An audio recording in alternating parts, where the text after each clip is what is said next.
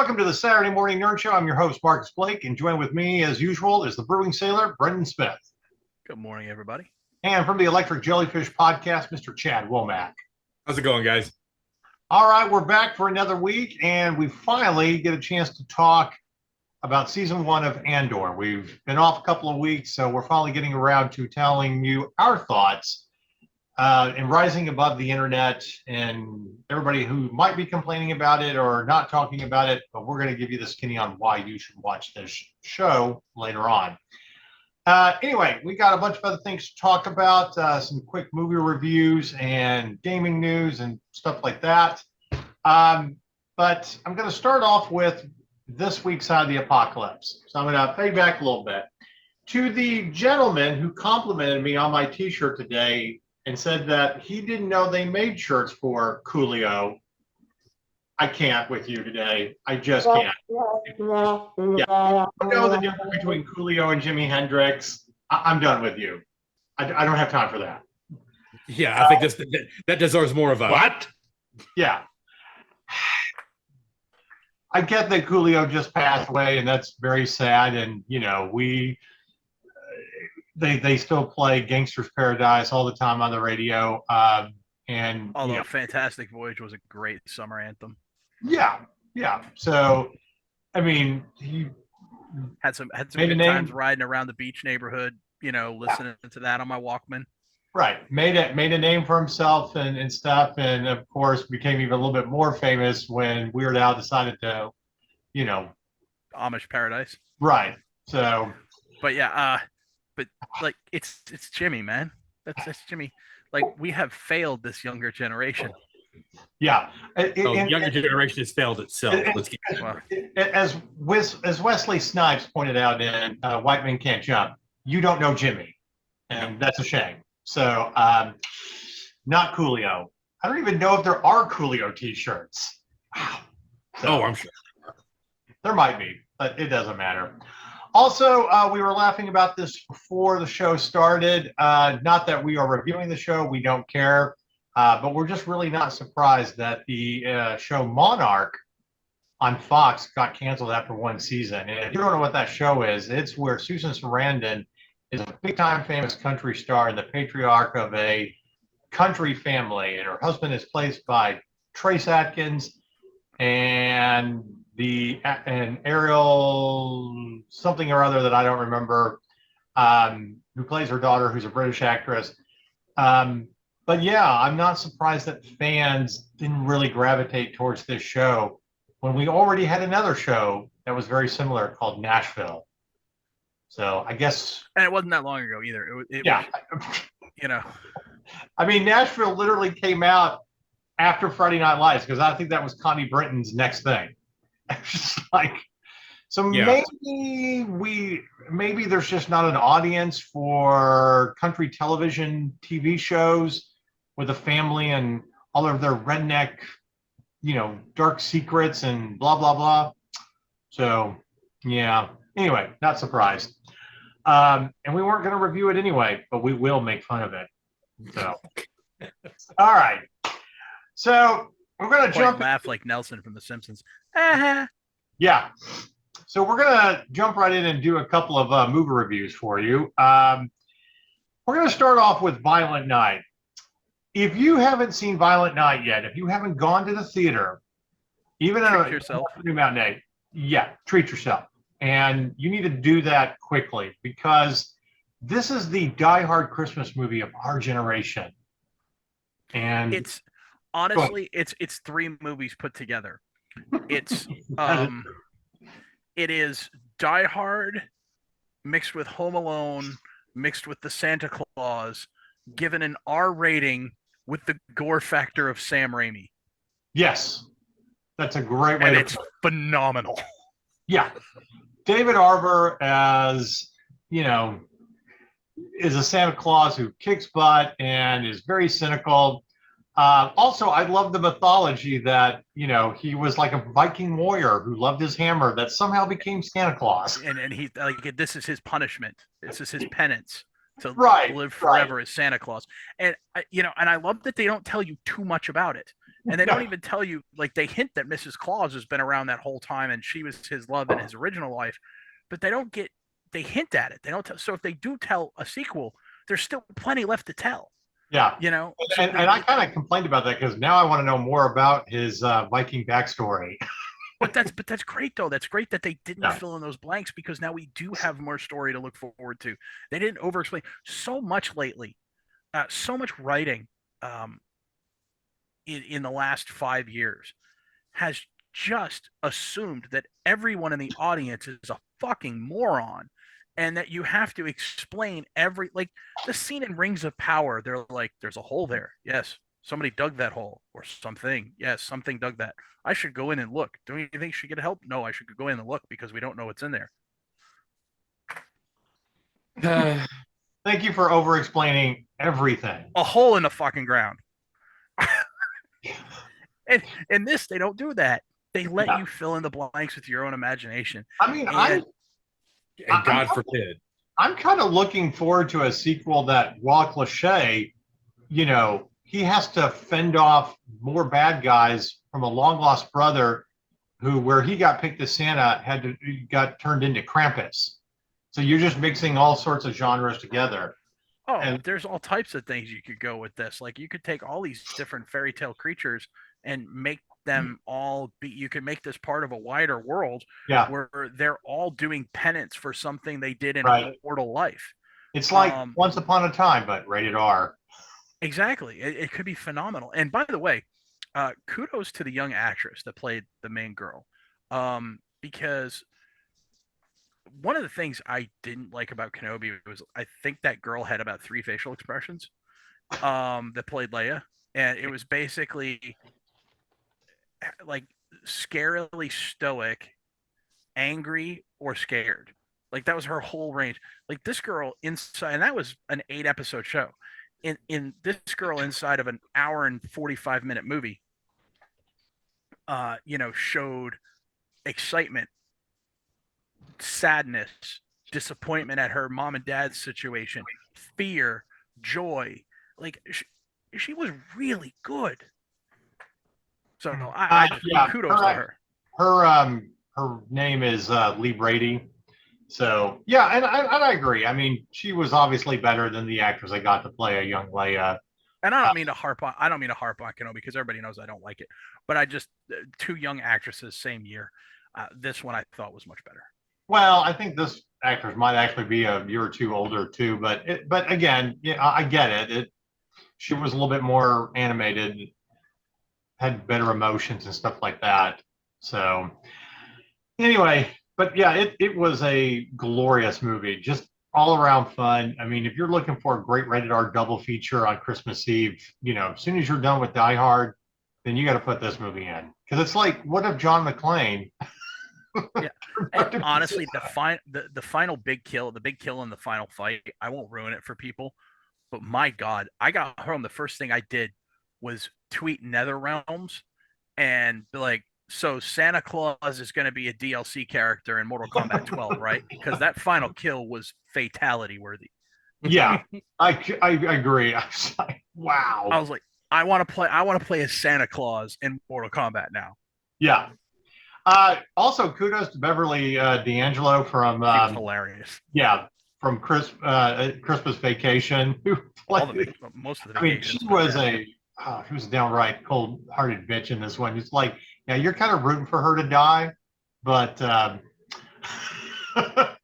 just her helping Santa, and he keeps looking at, they're all on my naughty list.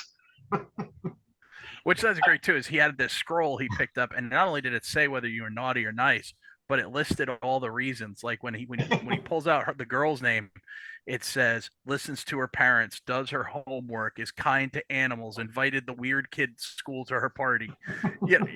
I'm like, that's great. It's like building the lore of this world and how everything works. Right. So yeah, it was really fantastic. I thought they did a great job with it. Yeah, I mean, for a fun Christmas movie, and some of the kills are just greatness. Like the guy who gets the Christmas tree star topper to the eye. Ooh. Ooh.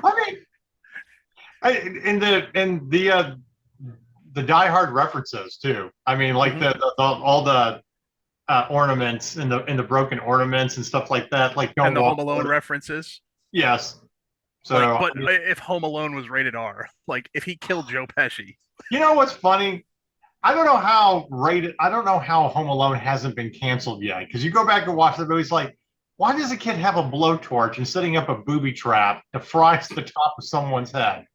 You know, how is this a thing? I mean, why is after all this happens, he gets to have a nice Christmas, but child services is not called? you're like, how? Well, it's easy. Marcus, you've lived in Chicago.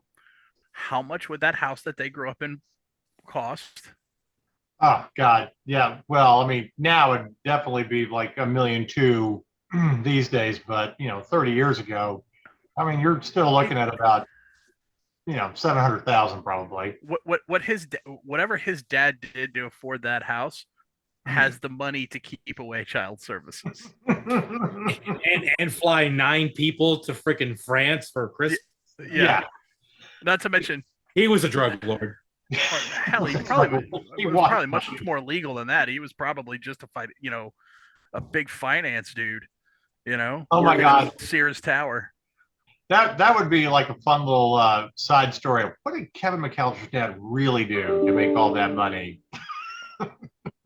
And you know what? I've always been of the suspicion that the asshole uncle was in on it with Brooks. I think he was in cahoots with Pesci and Daniel Stern. Oh my God, theory. Ooh. I always thought he was in on it because he was such a dick. He is kind of a douchebag. He's like the incompetent. He's like the incompetent guy at a company that is going to be the patsy somehow. Yeah. So, that would be interesting. Anyway, so yeah, Violent Night, great movie. It is definitely worth seeing in the theater. I cared more about David Arbor as Santa Claus than I ever did as him as Hellboy. Well, no shit.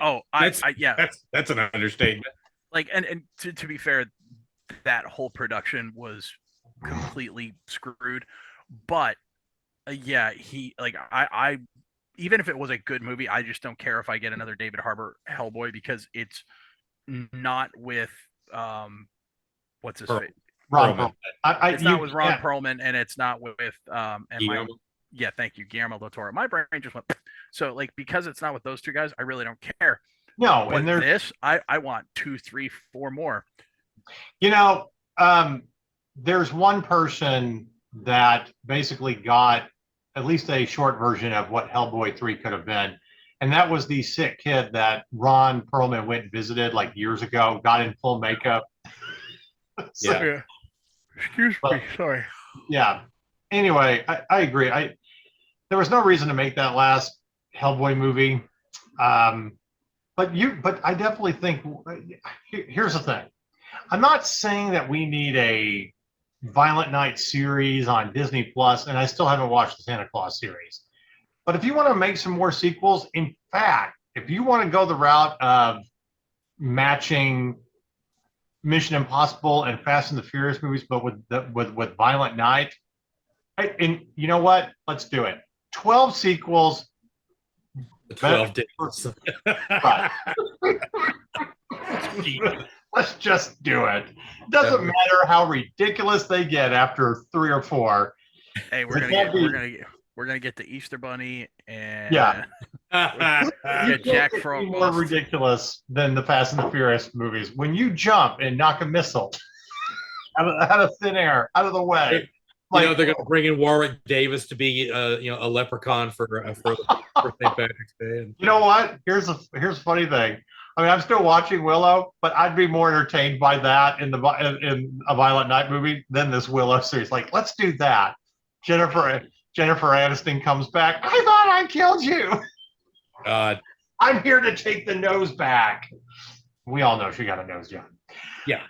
All right. The other movie that we wanted to review, and this one's a little bit kind of special because Brendan and I, about 10 years ago, talked about this movie coming out, and we thought we would get to talk about it on our podcast at the time. And it sadly never happened. It's been in development hell, and distribution hell. And anyway, but it finally got released. Patrick Reed Johnson's coming of age story about a young filmmaker in Gurnee, Illinois, who gets a chance to see some stuff about Star Wars before it comes out and realizes that Star Wars is going to change everything. And he has to be there opening night. And the title of the film is 5/25/77. And if you're watching our podcast and you don't know that date, well, you are not our audience. Just walk away. Well, I'm not saying walk away. We will educate you. But yeah. Anyway, this past year, it got bought out by another distribution company, the rights did, and they finally put it on demand and released it in its entirety after kind of doing a re-edit. The last time this film was screened was back in 2017 at, it did a little bit of the film festival circuit and I think a convention or two. But this is also one of those films like from the early stage where they've gone back and shot more scenes and added like more to it or whatever to put it all together. But it's funny to really watch it now when you know like John Francis Daley was kind of a lot younger than he is now before he really got more into screenwriting. He wasn't that far. It feels like he wasn't that far removed from Freaks and Geeks or, you know, when the TV show Bones started. But anyway, I don't know if Brendan had a chance to watch it, but Chad and I have. And I have not. I had a choice between my computer has not been performing the best, so I didn't want to try and go fishing for it because my computer's getting on in years now. I can't believe it's 5 years old, but and then so I didn't want to go fishing into the darker corners of the web for it, and I had to choose between that at the time or Violent Night, and I chose Violent Night. So there it is. No, I absolutely understand. But like I said, a couple of us saw it. Yeah, I'll let you guys run with that. The written review will be out in the morning, but we is already out on our website, I should say. But give it a chance to talk about it. I want to start off by saying that for all of the film critics out there that are gushing over Steven Spielberg's The Fabelmans as a great love letter to filmmaking and a great coming of age story and blah, blah, blah. Basically, they're just masturbating to Steven Spielberg as a filmmaker. This is the better film. This is more in line with, you know, sci-fi geeks, nerds, Star Wars fans, and I think that you will be able to appreciate this film more as a kid who is inspired by Spielberg and starts shooting films, you know, with friends and family and all that, and then, you know, gets a chance to go out to Hollywood and wanders into the ILM office while they're building all the practical effects and realizes how great Star Wars is going to be, you know. And it's the same kind of story about a young filmmaker marginalized by his school, his small town, who just wants to go off to Hollywood. The references, all the little tidbits, even talking about, you know, the trying to understand the plot of 2001 Space Odyssey, you know, the metaphor behind it. It's just an absolute brilliant film, in my opinion. I enjoyed it. For that, I surely and definitely enjoyed it more than The Fabelmans, which I felt like was way too long and kind of boring and built up way too long just to get the one great scene at the end where the young filmmaker meets John Ford. But this one is a little bit more in tune with us nerds because the main character, that's us. We are that kid, you know. So, Chad, what did you think of it? Yeah, you kind of stole my thunder a little bit. Oh, That's kind of what I was going to allude to was, whereas The Fabelmans is clearly the story of Spielberg without it being the story of Spielberg. Right. 5/25/77 is the story of us being, you know, we got to live our life vicariously through this kid who was, you know, just thoroughly entranced by the process of not just filmmaking but storytelling. Yeah. And did it by any means necessary. I love the fact that he chose all of his projects to be the films that we grew up on, just making his own fantasy Right. sequels. The fact that Colleen Camp plays his mother, and one of the films that he decides to do is a Planet of the Apes film, and Colleen Camp was in one of the Planets of the Apes Yeah. in the early 70s. It's just there's so much, so many nods and winks to Yeah. Like, I mean, just whenever he's sitting there, when he finally gets his big break, to explore California, through the means of, I guess, what was he, a publisher of like a cinematography magazine? Yeah, Sci-Fi magazine, basically a fictionalized version of Starlog. Yeah.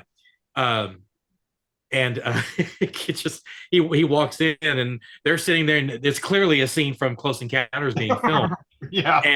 And then this dude just kind of sits down in between the guy that's kind of giving him the tour, Right. and himself, and he's got a Jaws ball cap on, and I'm like, holy shit. Yeah, I know. I'm like, no, there's no way. And of course, I mean, the guy even looks like Spielberg, and you're just like, son of a bitch. And the kid, I mean, you see the kid do exactly what all three of us would do. Right. Just fanboy the fuck out, just geek out of your freaking mind. I'm looking at Shannon while we're watching this thing, going, "I'd shit. I'd shit. There isn't a toilet big enough on this planet that could hold the amount of shit that would fly out of me if I were in this position. I would just like, I would lose my freaking mind." No, and it was marvelous to watch. Well, but all of the little things that he references in that movie to, the practical effects of silent running, and he's trying to explain to his friends the importance of the director and how he conned the studio of $1 million to make that film, and how filmmakers were inspired by it. But I've never watched a film where the story centered on a filmmaker that talked so much about Spielberg's first film, Duel. Yeah. With references to that film, especially all the way through, from beginning to end. Yeah, man. Even with Spielberg is like in his mind encouraging him to finally go out to Hollywood, and he's sitting in the semi like he's about to get out of your backyard. Yeah. But I mean, and it isn't just about filmmaking. It's also about all the things that kids are going through at that time, falling in love, breaking up with girls, losing your virginity. And I got to tell you, too, for someone who grew up in that area, the throwback to Great America Six Flags up in that area, that was cool. And they really captured what Six Flags was back in the late 70s and early 80s.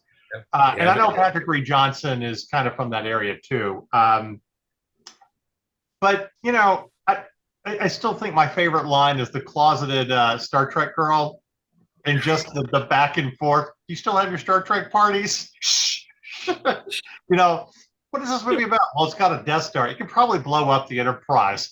It's got deflector shields. And I'm like, of course, that's a nerd argument that we would have. But and to even fall in love with a girl that he thinks absolutely loves 2001 Space Odyssey like he does, only to realize, oh no, she really doesn't. But there, as I said, it's a great coming of age story. And if I could give one great reference to it, to me, this is the Almost Famous of sci-fi filmmaking in a Star Wars. Absolutely. It very much is Almost Famous, but for that. Yes. Totally agree with you there. Yeah. But also, he forgets his brother in the everybody calls the cops. The kid was dead. Away. Did he get the shot? I was like, oh. Yeah, I know.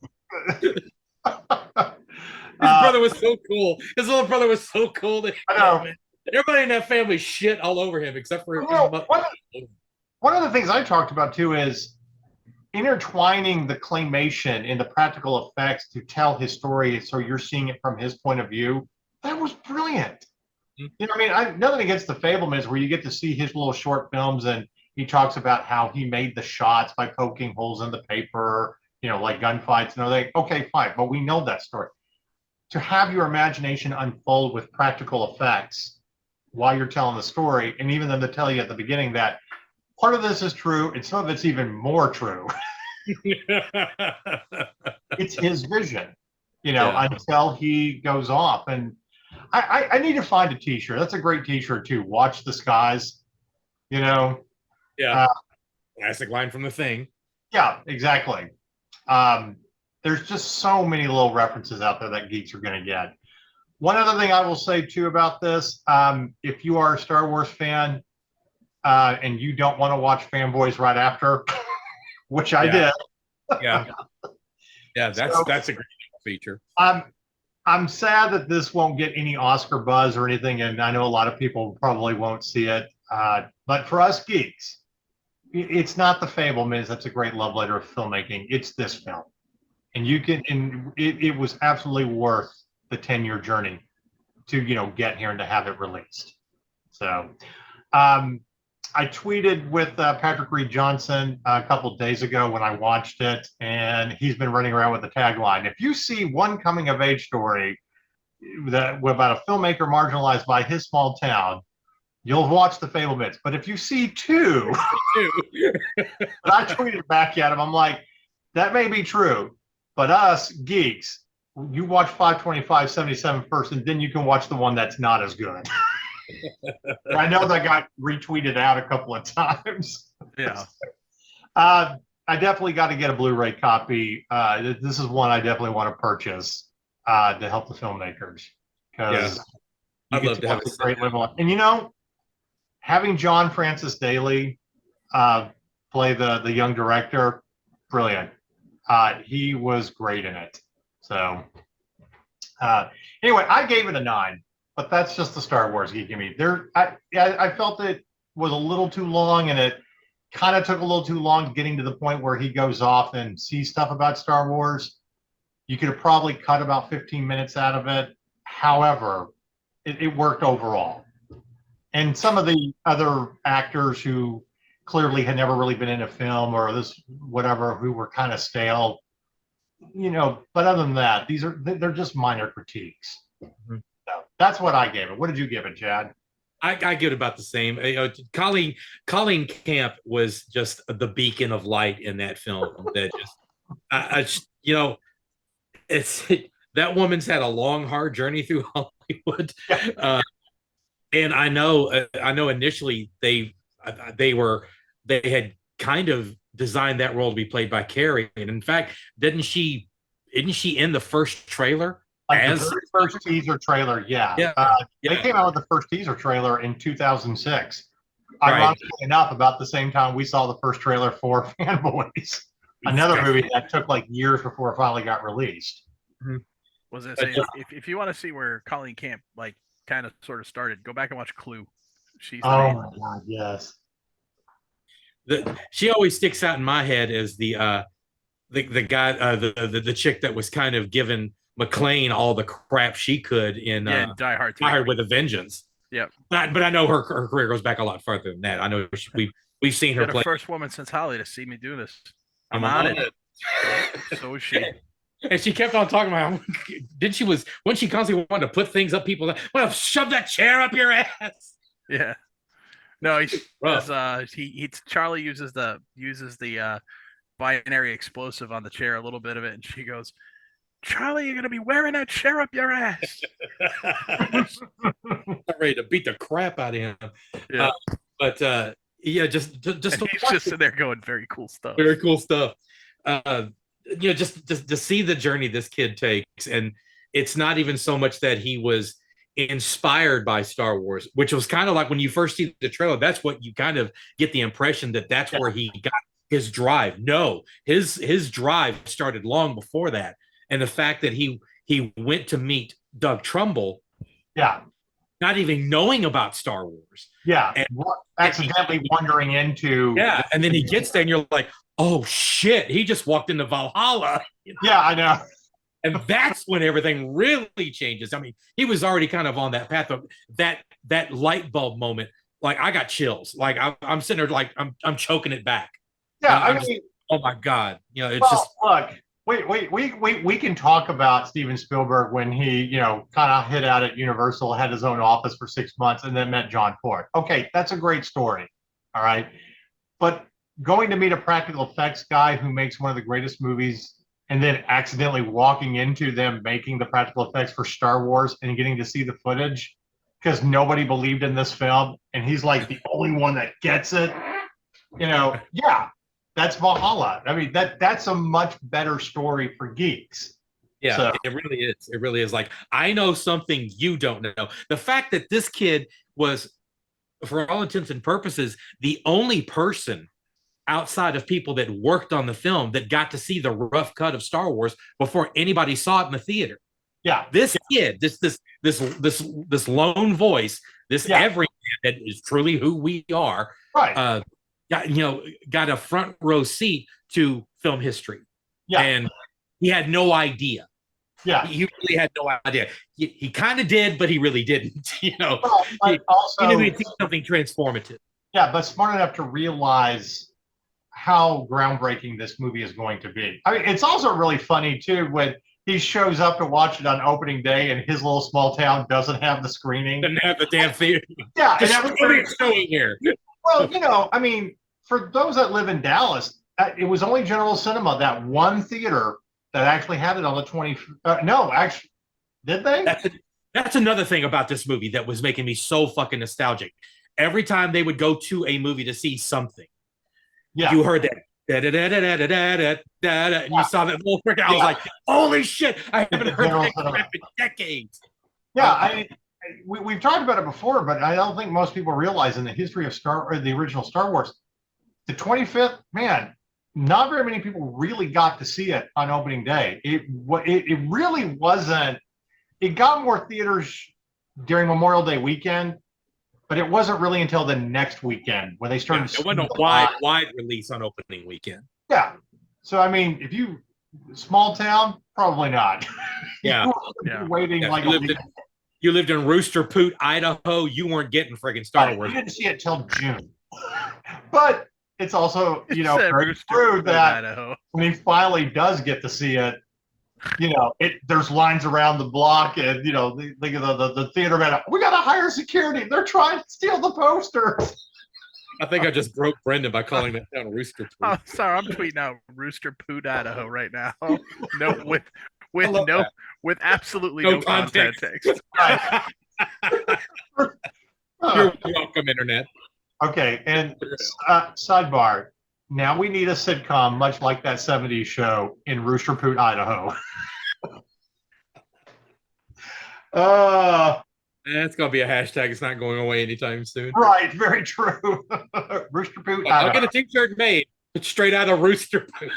God damn it. Now I actually want to write a script with that title. Jesus. I can tell that. Let's do it, Chad. Hashtag Rooster Poot, Idaho. And the tweet is sent. Nice. I could. Oh my God. Oh no. What have I done? What hath mine hand wrought? Okay. Anyway, we got to get back to recording this podcast. My writer's brain's got to be turned off for the next hour. Focus. All right. Anyway, if you go on demand, you can rent it for $3.99. Totally worth it. You should do it. Do it. Watch this movie more than once. Let's give it some views. It's a great labor of love by Patrick Reed Johnson, and this movie needs to earn some money. I know this is his great, autobiographical opus, but anyway. So, or if nothing else, go to his most famous thing that he's been involved in, Dragonheart. Yeah. Oh my God. Exactly. You don't know who he is. He wrote Dragonheart. Yeah. So, before we move on to the next topic, I can't believe I forgot this when you asked me earlier, but an additional this week's sign of the apocalypse, a bonus one for our viewers. Today, Jennifer Lawrence, in an interview with Variety, talked about how she broke the glass ceiling for women starring in action films, and she was the first one to do it. Did she? In the Hunger Games. Really? Because, Yeah. Ripley never happened. Yeah, I thought Sarah Connor never happened. Yeah. 19-year-old Carrie Fisher doing a Star Wars movie never happened. Aeon Flux with Charlize Theron, Atomic Blonde with Charlize Theron, Kill Bills Volume 1 and 2, literally anything with Michelle Yeoh. Hell, the Attack of the 50-Foot Woman from the 1950s. I mean, like, seriously, this the tweets, by the way, Variety had to take it down. They deleted the tweet. But the tweets coming back were just epic. Jennifer Lawrence admits to never having watched a movie. Jennifer Lawrence comes out as first biological woman of all time. Jennifer Lawrence, first woman to give birth, even though she hasn't had a child yet. Like, it was just one right after another. It was hilarious. The perfect meme I can think of right now is Gina Davis in The Long Kiss Goodnight. Goodnight. Seething, suck my dick. Like, when I first met you, you were like, "Oh, phooey, I burnt the brownies." Now you go into a bar, and 10 minutes later, sailors come running out. What's up with that? That's a Christmas movie for your ass. That is The Long Kiss Goodnight. It's not a great movie, but it's great for one-liners. When you make an assumption, you make an ass out of you. An umption. There's a big fucking gun, lady. This ain't no ham on rye, pal. Where the hell have you been? Sorry, it took me a while to come up with that ham on rye line. I'm sorry. The Brian Cox debate with his wife about the dog is what gets me every time in there. Oh, I don't think it's his wife. I think it's just an elderly person that's living there. And he says, "Gladys, your dog. What's the matter with my dog? Been licking his own asshole for the last 3 hours. And I suggest to you that there's nothing there worth more than an hour's worth of attention. And whatever was there is either there to stay or gone for good." We always forget about Long Kiss Goodnight around. Never forget about that movie. No. It's good. It's great. Some of the greatest one-liners. We just jumped out of a window. Yes. Very exciting. And tomorrow we'll go to the zoo. Hey, I freely admit that when I was younger and really playing around, yes, I did use the line, "I'm frank and," people know how I'm frank and earnest. I'm frank in Chicago. I'm Frank, and in Dallas, I'm Ernest. And I'm sorry, I never heard no the same way again. Yeah. After watching that movie, anytime we see that, we're like, Samuel L. Jackson's going to be stripping. For those of you, I have totally sidetracked the show. I apologize. But that's just how ridiculous what Jennifer. All right, I'm going to say this about Samuel L. Jackson, and then we'll get to our main topic. If you have never watched the episode, and it was during the pandemic, so they were on Zoom or whatever, but if you've never watched the episode with him on the Graham Norton show with his wife, go watch it, because his wife, like, correcting him because he doesn't remember things. Samuel L. Jackson's wife? Yeah, she's a hoot. No, I've never seen this. I got to look this up. Yeah. No, great, because I love watching clips from the Graham Norton show.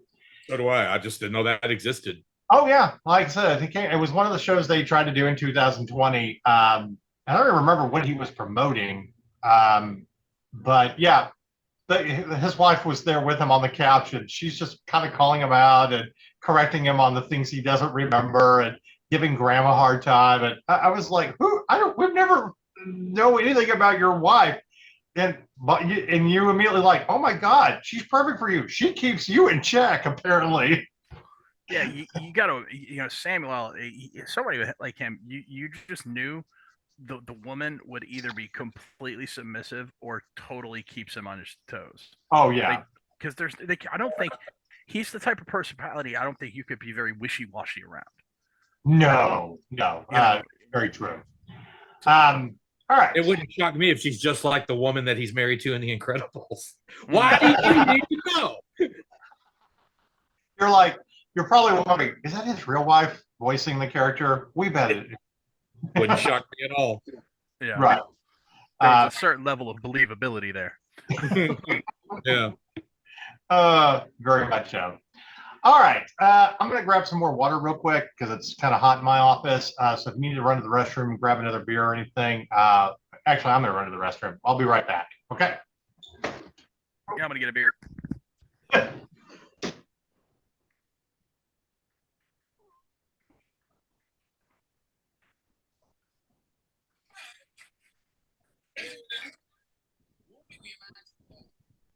About British football, but Samuel, you are a fan. Yes, I am. Of what team? There you go. Arsenal fans, it's fine. Yeah, it's good. It's all good. It's all good. And I'd love to have you both together on the show. You've been together 50 because of these odd times. Is this the longest you've ever actually spent together? We spent this much time together a long time ago, but once he became famous.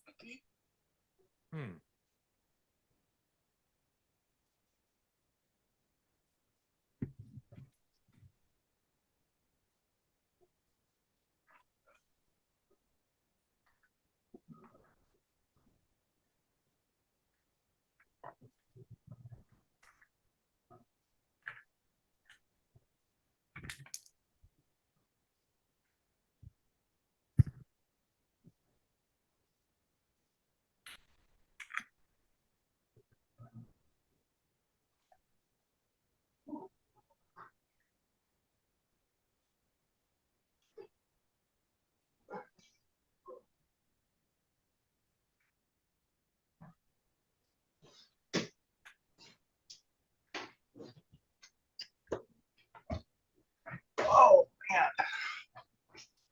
Damn. I have to open up some windows here in a little bit. It is actually getting quite stuffy. She is an actor. Yeah. So, like my house, like it's great during the winter. It really captures heat. Well, like surviving the winter storm wasn't as bad. So when I'm in the mix of not having the air conditioner on, trying to open, it's like I have to open up windows and shit, or it gets really stuffy. So, Samuel's wife was in Luke Cage. really? Mabel Stokes. She was also in a handful of episodes of Blue Bloods as Lieutenant Deanne Carver. Oh yeah. Okay. I forget that she has done acting. Okay, I know who you're talking about. LaTanya Richardson Jackson. She's got 96 credits on IMDb, 57 as actresses. Really? Wow. Yeah, Okay. she's done a lot of shit. They've been together, like they said, 40, 50 years. Yeah. All right, everybody ready? So she stuck with him through the through all of his drug addiction issues. Oh yeah. That's pretty impressive. So all right, yeah, ready. Sorry. Okay. 1 second.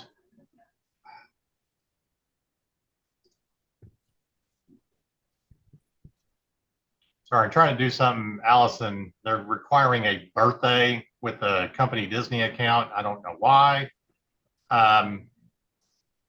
Anyway, I'm just like, fine. Everybody's birthday is 5/25/77 on here. All the profiles.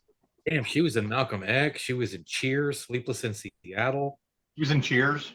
Yeah. All right. All right, we're gonna kick this off.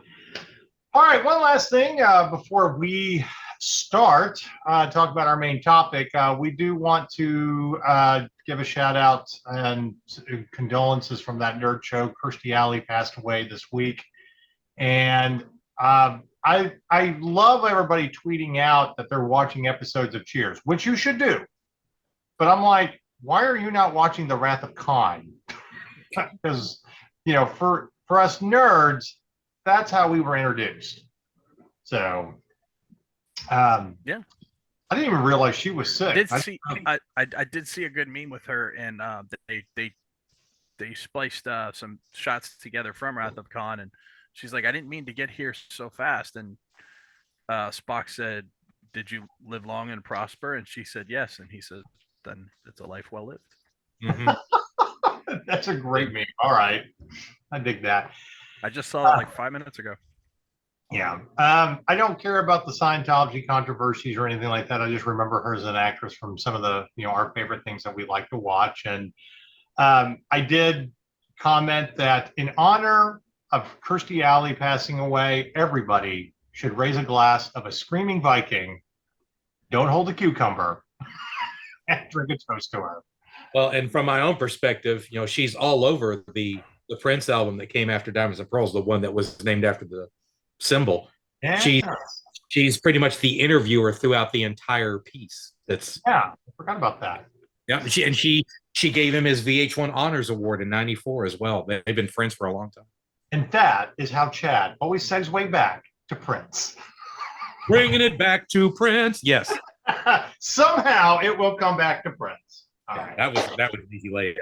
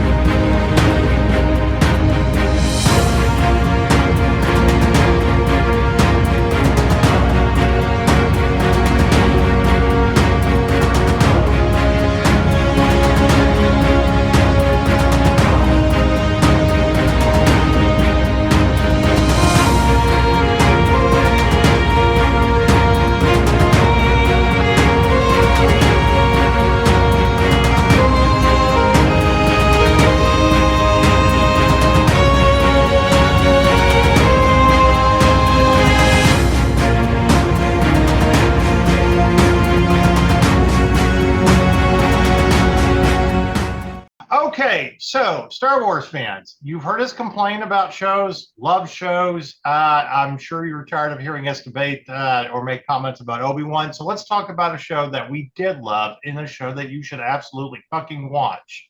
If you haven't watched it on Disney Plus yet because you're tired of Disney Plus, we understand that. But still, go watch Andor season 1. It is... outside of The Mandalorian, it is the best show on Disney Plus.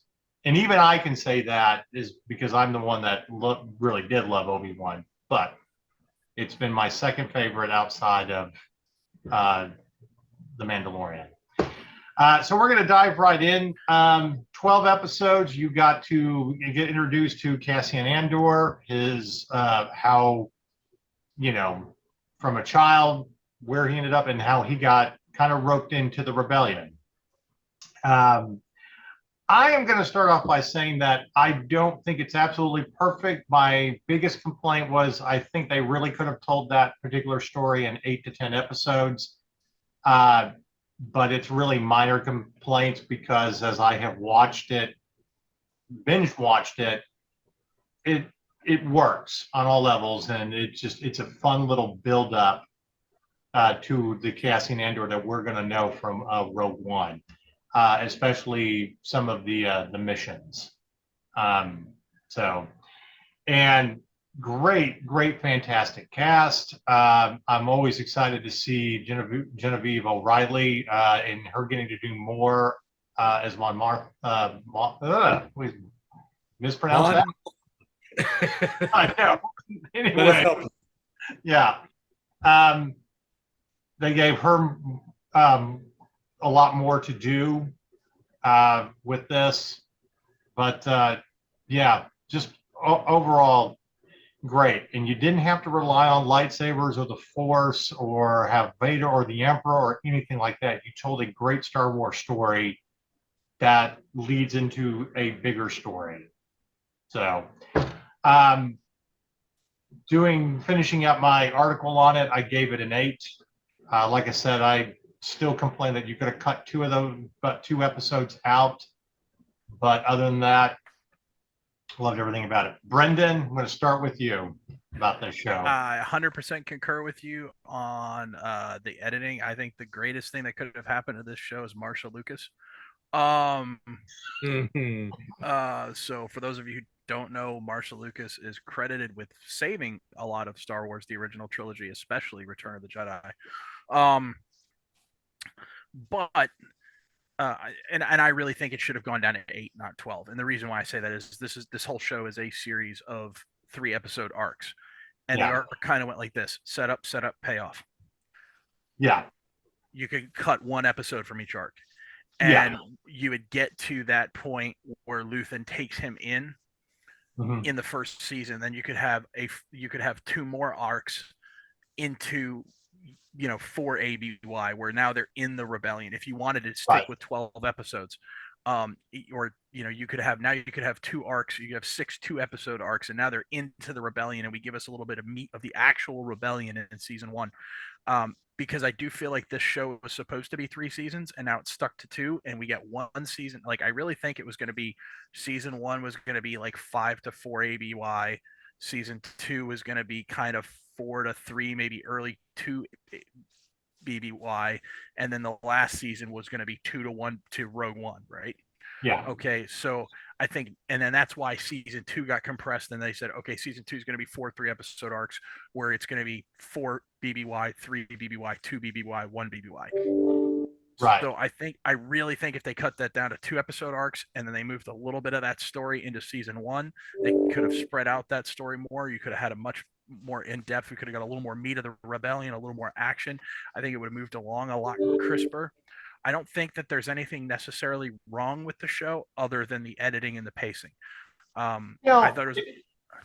It's almost like, to do season 2, if you're going to cram all of this that leads up to Rogue One, you have to do like 15 episodes and split the season or something, like they do. Yeah, like and that's why I say I really feel like it was supposed, and I think it was originally supposed to be 3 seasons. I think they announced that at one point and then said it got cut down to 2. Yeah. And it's probably because Tony Gilroy spent so much money producing it, because everything's all practical effects and there's no volume. Yeah. So I'm thinking the budget probably got a little out of control for a Disney Plus show, and they said, okay, you're getting 2 seasons instead of 3. Well, I kind of hope that maybe they'll give you a season 3 with the restructuring. I mean, obviously things weren't going great at Disney, and that's why you're bringing Bob Iger back. But that's probably more wishful thinking at this point. I really think it is, because honestly, I don't think. First of all, a lot of the problems Disney is facing were created by Iger, so the fact that they went back to him is kind of laughable at this point. But and let me tell you something. I'm telling you right now, the CFO, this was all done so that she can eventually be the CEO. Christine McCarthy is an absolute shark. Let me tell you something, and then she would take that as a compliment. A keen intelligence, unencumbered by morality, is a very dangerous thing. Yeah, it's scary. And Christine McCarthy is a scary woman. Christine McCarthy is everything Kathleen Kennedy thinks she is. She's kind of like Mara Jade.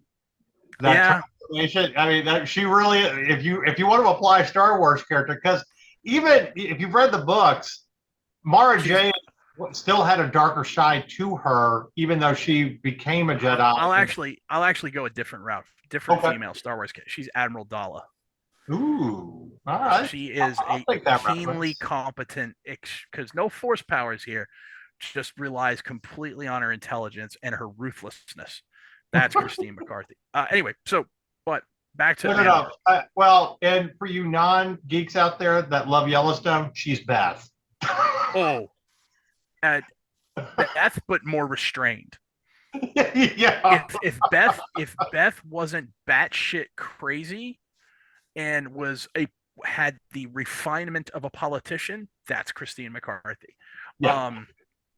So yeah, very dangerous. Kathleen woman. Kennedy, Zam Wessel, for Christ's sake. Yeah, pretty much.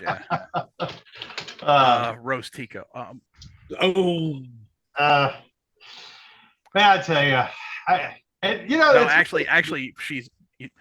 I'll tell you who she really is. She's Rey, because if you look at every leading lady in Star Wars, they are white female with brunette hair, just like Kathleen Kennedy. True. Ever since, they even made what was I say? You had Amelia Clark. You had I forget the woman whose name plays Jyn Erso. You have Rey. They're all, and now the girl from Willow, young white brunette. There are other colored hair and other, just saying, it's become a pattern after 10 years. So there's a lot of self-insert going on there. Yeah. So back to Andor though. I think so this show has. I think it's a very good show. Um, I've been debating whether I was going to give it a 7 or 8. I'm probably going to I'm probably going to be a little bit more generous on this and lean towards an 8, even with my qualms about the editing and the pacing. I think it was a very good show. I think it has two things, like I said, going against it. One, it came off the heels of Kenobi and Book of Boba Fett. If this had come out between Mando season 2 and Kenobi and Book of Boba Fett, or if it had even come out before Mandalorian, I think it would have been received much better. Right. I think a lot of people kind of checked out after the last 2 shows. Well, they were so close together too that now. Yeah, Marvel's getting that problem too now. You're just getting show fatigue because you're constantly churning out content for Disney Plus. I think it suffered the Solo effect. Yeah, very much so. Both in the show fatigue and in coming off of a controversial, somewhat unpopular meh show. Yeah. So there's a lot of that to it. The other thing I think Andor has going against it is it's very much an adult show. It's a John le Carre novel. It's a Tom Clancy novel that just happens to be set in the Star Wars universe. It's not space opera. It's not space fantasy. It's more harder sci-fi. This is the closest Star Wars has ever come to being Star Trek or Battlestar Galactica or The Expanse, with the real politics. And actually, I'll say a third thing that has a problem with it too. They should not have named this Andor. I agree with you there. This should have been Rise of the Rebellion or something like that. Because A, he's not the main character. He's a character. He's a story thread. B, he's the least interesting part of his own show. I disagree with that. Luthen's I think Luthen's more interesting. I think Mon Mothma's more interesting, and I think Dedra Meero is more interesting. If you want to say that he's more interesting, then no. He's more interesting. I think they're all equally interesting, but he gets overshadowed in his own show because you have these other great characters that you're really getting to see their story unfold at the beginning of the rebellion. Right, because we already know who he is. Yeah, a good example. Okay, let's take Rebels for a moment. You could have very easily called that, Ezra Bridgers or whatever, because he is supposed to be the main character and, a Luke before Luke and blah, blah, blah. No, it was about all of them together, part of the overall cast. That's why you call it Rebels. So I agree with you that it shouldn't be Andor. It should be the birth of the rebellion because you have so many characters that are working with each other behind the scenes and stuff. And you want to know all of their backstories. So the center on him specifically it was the wrong way to market it. Yeah, I think so. But no, I've loved his story more than anything else because I think, he really is just kind of a crook and a pirate and, just trying to survive. But he has all the tools that's going to make him great, as a spy or counterintelligence and all that during the rebellion. And you see what is really driving him and how his attitude changes. Okay. It's one thing to escape and to get roped into going along. Luthal, am I pronouncing that correctly? Lothal. But he really, it's when he's in prison and he's planning the prison break, that's when you see him shine. So anyway, I'm just saying that I think he's equally interesting. It's just you can't put him as the sole person, right? Because everybody else they're not background. Okay. Yeah, they're too important. Yeah, and honestly, the ISB, to me, the ISB was the most interesting because we've never seen anything really told from an Imperial point of view. Yeah. So to me, the ISB was by far the most interesting aspect of the show, and but that's all. I have to admit, I'm slightly biased there because the guy who played Major Partagaz is a gentleman named Anton Lesser, who is a phenomenal actor, and he's a British actor. He's in the movie. He's in the show Endeavor. He plays a great role where he's had a wonderful arc. Where you've seen him go from this bureaucratic policeman in the 60s who is really kind of a spineless bureaucrat at the beginning, or at least you think he is, and he really grows to respect and love the policemen under him, the constables under him, and they in turn love, grow to love and respect him. And he becomes this more like of a father figure to them all. So he's just a really fantastic actor. He's had some wonderful arcs. So I was prone to immediately liking the ISB storyline because he was there. The last thing I'll say before I pass it off to Chad, either it is the one thing I found very amusing, and it is either entirely tone deaf from Tony Gilroy, or it is extremely intentional, that the show began with Marva essentially kidnapping Andor and ended with Mon Mothma basically selling her daughter to a loan shark. Mm-hmm. Given Hollywood's recent proclivities towards child actors, I found that to be either really tone deaf or extremely knowingly intentional. I'm going to go intentional because it's the ironies that they have to face more than anything else, and it's what we see in Game of Thrones, especially House of the Dragon. Okay, the things that you have to do. Okay, I know we don't really review The Crown, but I did watch season 5, mostly because I love the actress who played Princess Diana. But one of the central themes of when you get to that point in their story is how they talk about everything. The royals it's a system, and they're all slaves to the system to keep it going. Establishment, I think, is what Diana actually called it. Yeah. So either way, and I think that's kind of the realities that they're looking at with the Empire, is the roles that they have to play to help undermine to continue the rebellion. So I think it's very intentional. And I do love where they're, going with that. And it'd be interesting to see what happens to those characters, like after the Empire is defeated. All I know is Mon's husband is a twat, and he's a cuck. He is the definition. If you looked up Pratt in the dictionary, he is the definition of a prat. Right. So I'll turn this over to Chad, but I do want to say this just because Brendan and I are fans of, huge fans of coupling.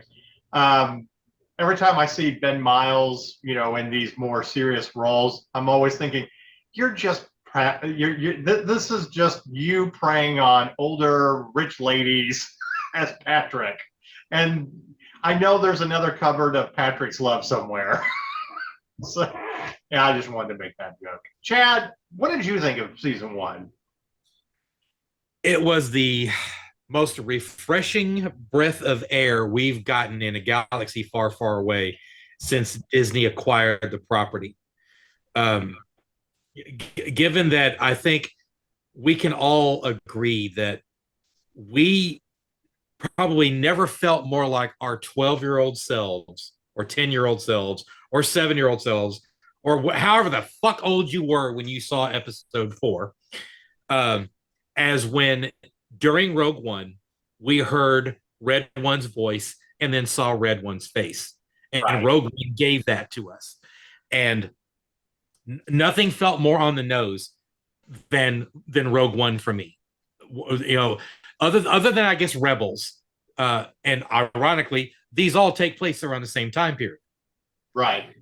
And to not get bashed over the head with anything Skywalker, Jedi, lightsaber related at all, and the fact that you could basically make this the Bourne identity set in that galaxy, felt so good.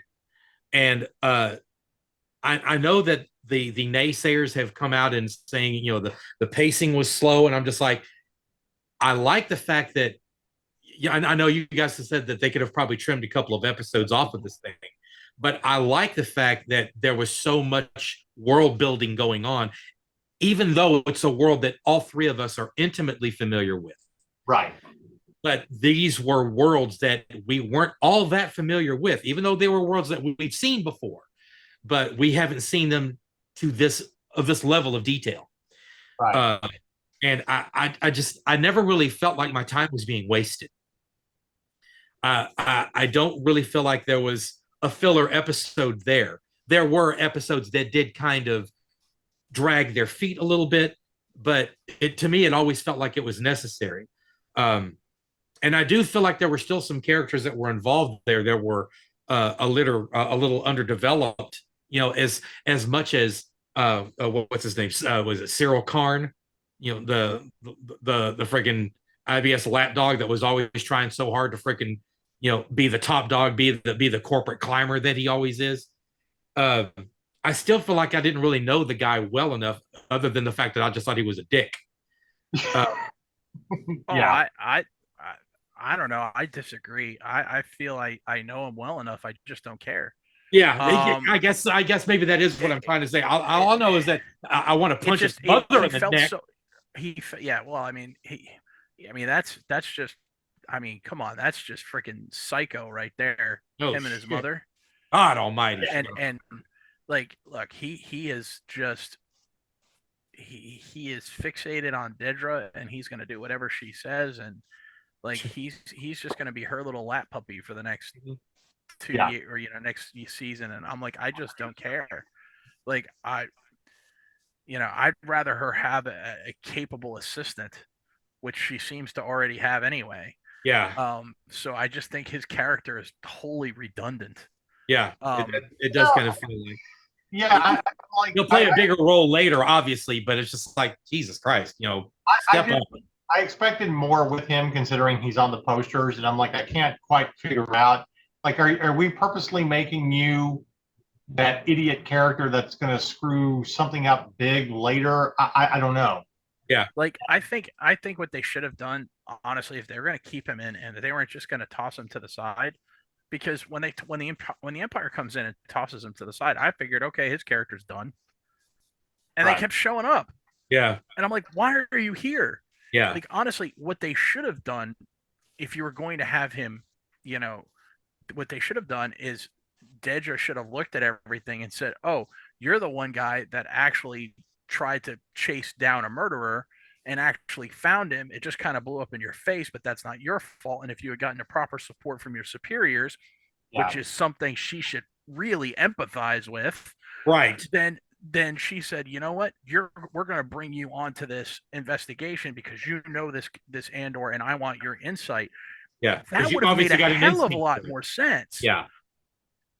I mean, for a guy that was in 10 episodes, and then you juxtapose that with Fiona Shaw only having 5, and she had such a massive impact on this story and where it went. Yeah. Although it was funny, her funeral scene. Do you guys recognize the influence that was from? That's straight up Godfather 2. Yeah, pretty much. Yeah, very much so. And it was just like, it was almost a little too on the nose for me. But it didn't bother me. I've seen this somewhere. If I had to pick one thing that did bother me in this show about the practical effects, it doesn't take much to take Earth weapons, like our modern human weapons, and make them look like Star Wars weapons. You pull a piece off here, you add a couple pieces there, you paint it differently, you take the damn friggin' banana mag out of it. Okay, so I have this I have this weird thought about Brendan. I don't know what the equivalent of in the Navy is to like a drill sergeant's hat. But I feel like dropping you off in Hollywood to the practical effects with a whistle. I mean, we're about to fix shit. Yeah, because I mean, like all of the guns from the original trilogy are all like World War II and Vietnam era guns that they just, and some are even World War I era guns that they just kind of mix up a bit. They they machine some, they mix and match. They throw flash suppressors on where they weren't supposed to be flash suppressors. They shorten them, they lengthen them, they pull out the mags, they add a mag somewhere it's not supposed to be, and boom, you've got a brand new looking weapon that looks decidedly Star Wars. Why couldn't they taken a couple of days just to do that? Like when I see an AK-47 in Star Wars, I'm like, And it is clearly an AK-47 with no mods. Yeah. Yeah. And I was like, you know, hell? so And that it's that like was we kind used of the annoying. 3D printer and didn't dress it up at all. We're like, That this and when you have musicians and they're playing a saxophone and it kind of looks a lot like a saxophone, it's like, come on, did you like all you got to do is is goof up some clarinets just like George did for the Bith, right? right. Yeah. Play that same song. Yeah. Well, speaking of all the characters, really my favorite was Belle. I liked her story as playing the part of, being a spy in the rebellion, but she's basically a spoiled rich girl and the niece of, Mon Mothma. And I love that actress to begin with. Yeah, obviously from Game of Thrones, but she's been in a bunch of other things too. That she's just a very talented actress, and I definitely hope that we get to see more of her, which I'm sure we will. I mean, Bix was great too. You just see all these great building blocks.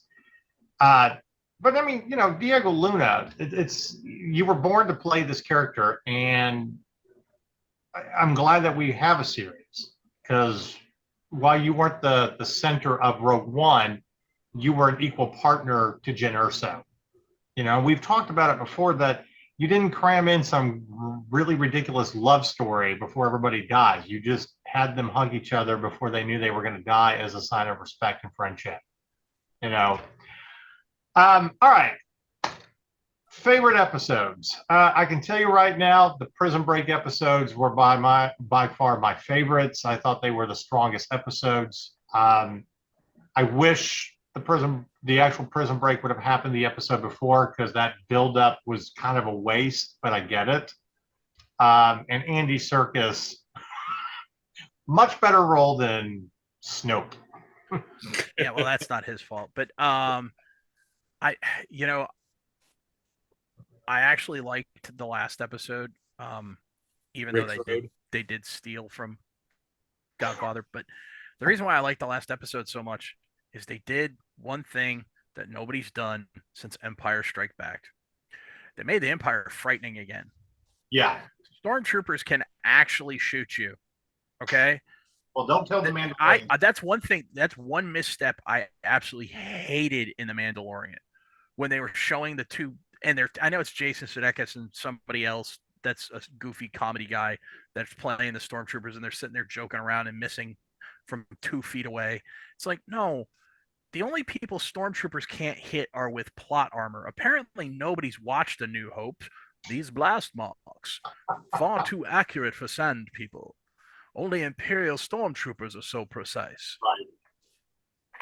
So that I like the fact that Gilroy made the Empire scary. I like they made it this big thing. Now I also like that they included that it's a big fat bureaucracy, and they've got this, Andor talking about they're so fat and satisfied. I like both aspects of it, but the Empire wields a ridiculous amount of power, and Gilroy didn't shy away from that, and I appreciate that.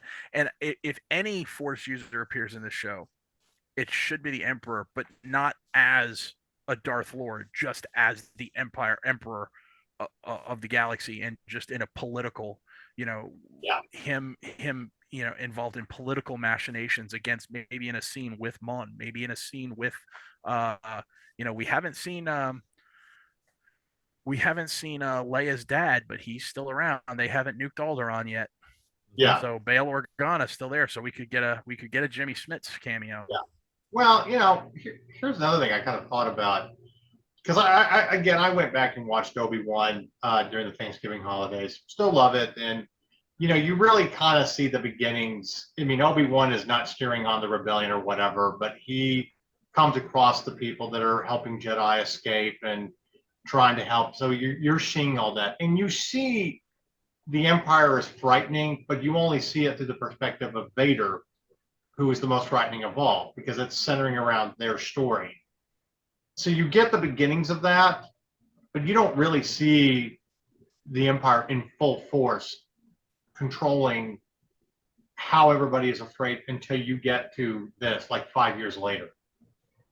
And you're right. The brilliance of showing that and not shying away from it, especially, the ISB, and you get their perspective. You get that these people coming into it are doing their duty. They want law and order. They don't realize that they're being controlled by fascists, and most bad guys really don't. They fall for it, hence Nazis. But to make them scary, you're right, because they didn't really feel scary in the Disney trilogy. Like, it's like, okay, and they were comical. I mean, yeah, like, it was comically bad. Like, first of all, a person who's never even met a Jedi gets a stormtrooper and James Bond no less, to give up his weapon and leave her in a room with her. Yeah, I'm not going to argue about that plot. I get where you're going with it. I don't necessarily fall for that. I liked it, but you don't feel like they're very competent. Oh, Hux was awful, and I liked Donald Gleason. The Last Jedi is a great example. It's like you literally, you've got Imperial walkers, and you literally can't defeat that little ragtag hiding in a cave. And not just the regular AT-ATs, but those gargantuan gorilla walkers. Yeah, I know. It's like, you look at the First Order and, like, Jesus, did anybody train you in anything? And you just have an angry, I can't decide, dark side, light side, blah, blah, blah, with an unstable lightsaber. Angry emo. Right. By the time you get to The Empire Strikes Back, oh my God. And just Vader on a whim, you failed me for the last time. That dude killed somebody via Zoom call before Zoom was a thing. Right. Can we send this First Order back, and can we get a second order? Because this First Order sucked. Yeah. Well, the best scene to really show how tough the Empire was when they were escaping Hoth, and their lasers couldn't get past the armor, and they're having to figure out a way to trip the legs and all that. And you don't realize that you weren't going to win that battle. It's a diversion. And if it wasn't for a giant ion cannon, they all would have gotten smoked going into the atmosphere. Yeah. So you have to make the Empire scary. And they were scary in Rogue One, too. Yep. You saw them at their height and what they did, and that a lot of people were going to die and stuff like that. And, of course, Vader just going ape shit and throwing people around like they're rag dolls. Yeah, that's really a lot of the worst parts about the Disney trilogy, is just, we're not really scared of the First Order, and I don't buy that you're menacing. I mean, even Brandon Domhnall Gleeson's character, I forget his character. General Hux. Yeah, they treated him like slapstick. Like, he was either getting slapped around by Kylo Ren, or he was getting slapped around by Snoke, or he was getting verbally slapped around by Poe. Yeah. Like, like, why is he here? Yeah, and wasn't your dad like some great imperial leader or something? It's like you're a legacy guy. It was so bad, and, like, I don't know. I don't even want to talk about the sequel trilogy anymore. I know, but I agree with you about the last episode. And when they were stealing the money, when you kind of get into this imperial heist and the build up with that, and the time where you get to really know these characters and how they all come up, that's another great one too. Yeah, that's a damn good episode. Yeah, but I was, when I watched Obi-Wan again, I kind of thought, really my favorite episode of that one is when he breaks in and rescues Leia. So it's a prison break episode, and I'm like, God damn, I like the prison break episode of Andor. And really, let's face it, the best episode is when they fucking storm the ship in The Mandalorian, then Luke shows up. Mm-hmm. I liked the Obi-Wan prison break episode better the first time I saw it in Jedi Fallen Order. I just thought it was stupid how he sneaks her out under his cloak. Whatever, you guys. I know. I get it. Still enjoy it. Everybody is entitled their, has their own opinion on it. Um, as I said, personally, I am looking forward to Jedi Survivor, by the way, which comes out soon, end of March, right around the same time. So basically, Bad Batch is going to finish up. Jedi Survivor's coming out. I thought they were still pushing that till October. No, they announced it the other day. I think the trailer right on the heels of Mandalorian season 3, isn't it? Yeah, Okay. like I think right around the same time. Because I think Bad Batch goes to the end of March, and then Mando season 3 starts, I think, March 31st. And I think, as a matter of fact, let me just check real quick. Well, we need to double check too, because it's misinformation circling around that it's only going to be March 15th, 2023, official release date. Oh, okay. Oh, right in the middle of Volcon. Yep. So and there's going to be a book that's coming out. Yeah, they're setting that up. Well, I'm glad that they're getting some of these major game releases in the spring, so they're not all cramped them in the fall. So yeah, there's a book that's coming out that's going to take place between Jedi Fallen Order and Jedi Survivor. Because there's 5 years difference between Fallen Order and Survivor. So Survivor also is going to take place right at the same time as Kenobi did, right around 9/10 BBY. So so basically in the spring we're getting 3 great games: Hogwarts and the remake of Resident Evil 4, which is generally considered the best Resident Evil game, and then Jedi Survivor. Awesome. Okay, but there's been some confusion on whether it's actually got Starfield. Starfield comes out right around the same time too. Again, I thought that had they actually finally announced that, because again, that was being pushed to like November.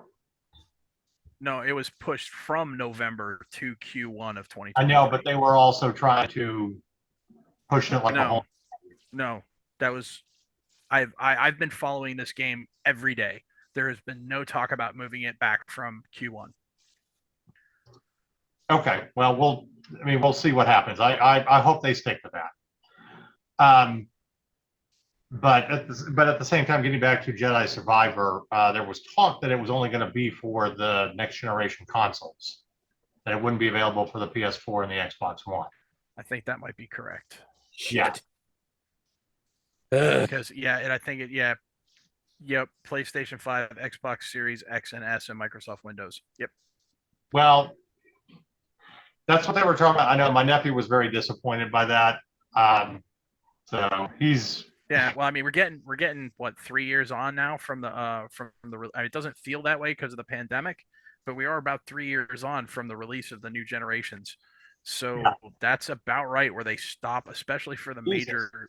I know, and they're already talking about the PlayStation 6 coming out in like 2027. I'm like, I still can't find a PS5 or an Xbox Series X on the shelves, and I don't want a Series S. Sorry. Well, the X.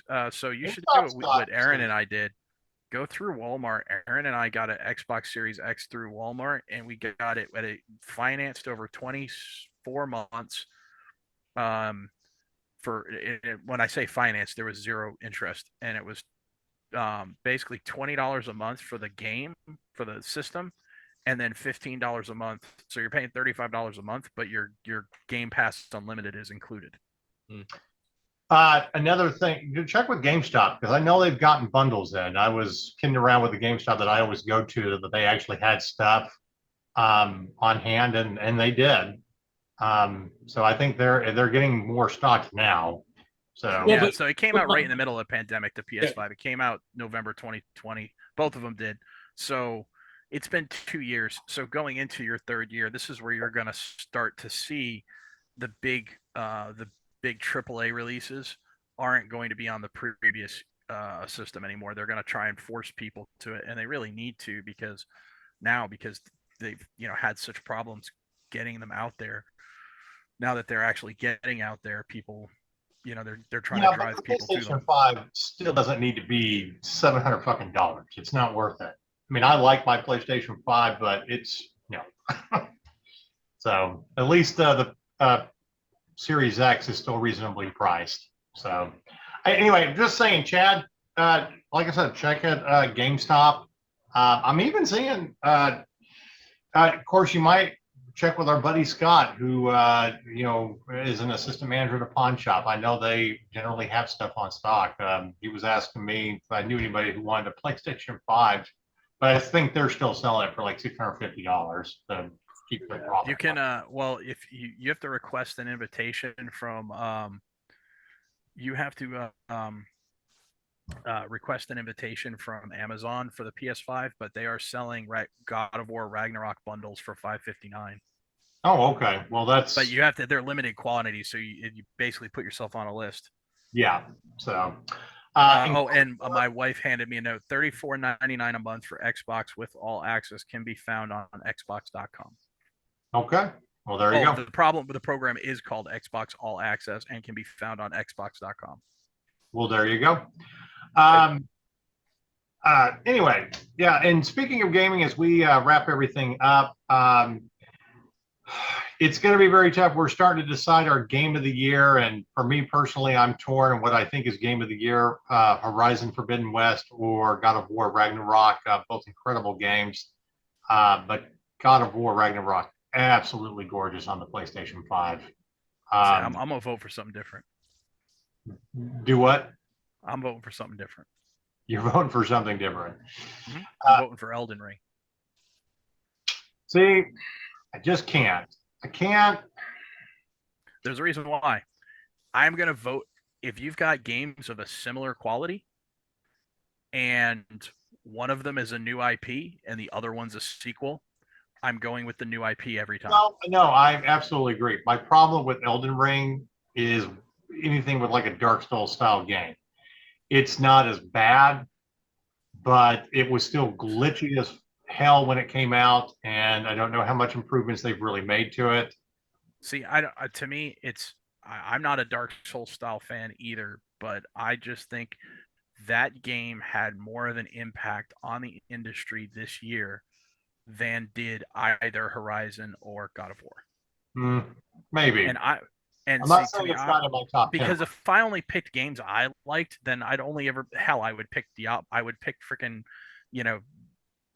granted it's probably not fully coming out till next year, but I would pick like a D&D game or, right. Not the one we did last year, but the what is it, Baldur's Gate 3 that's coming out.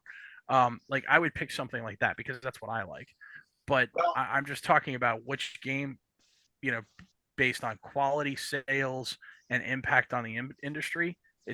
For me, it's got to be Elden Ring. I'm gonna go back and play it personally because I want to see after numerous patches if they've improved it.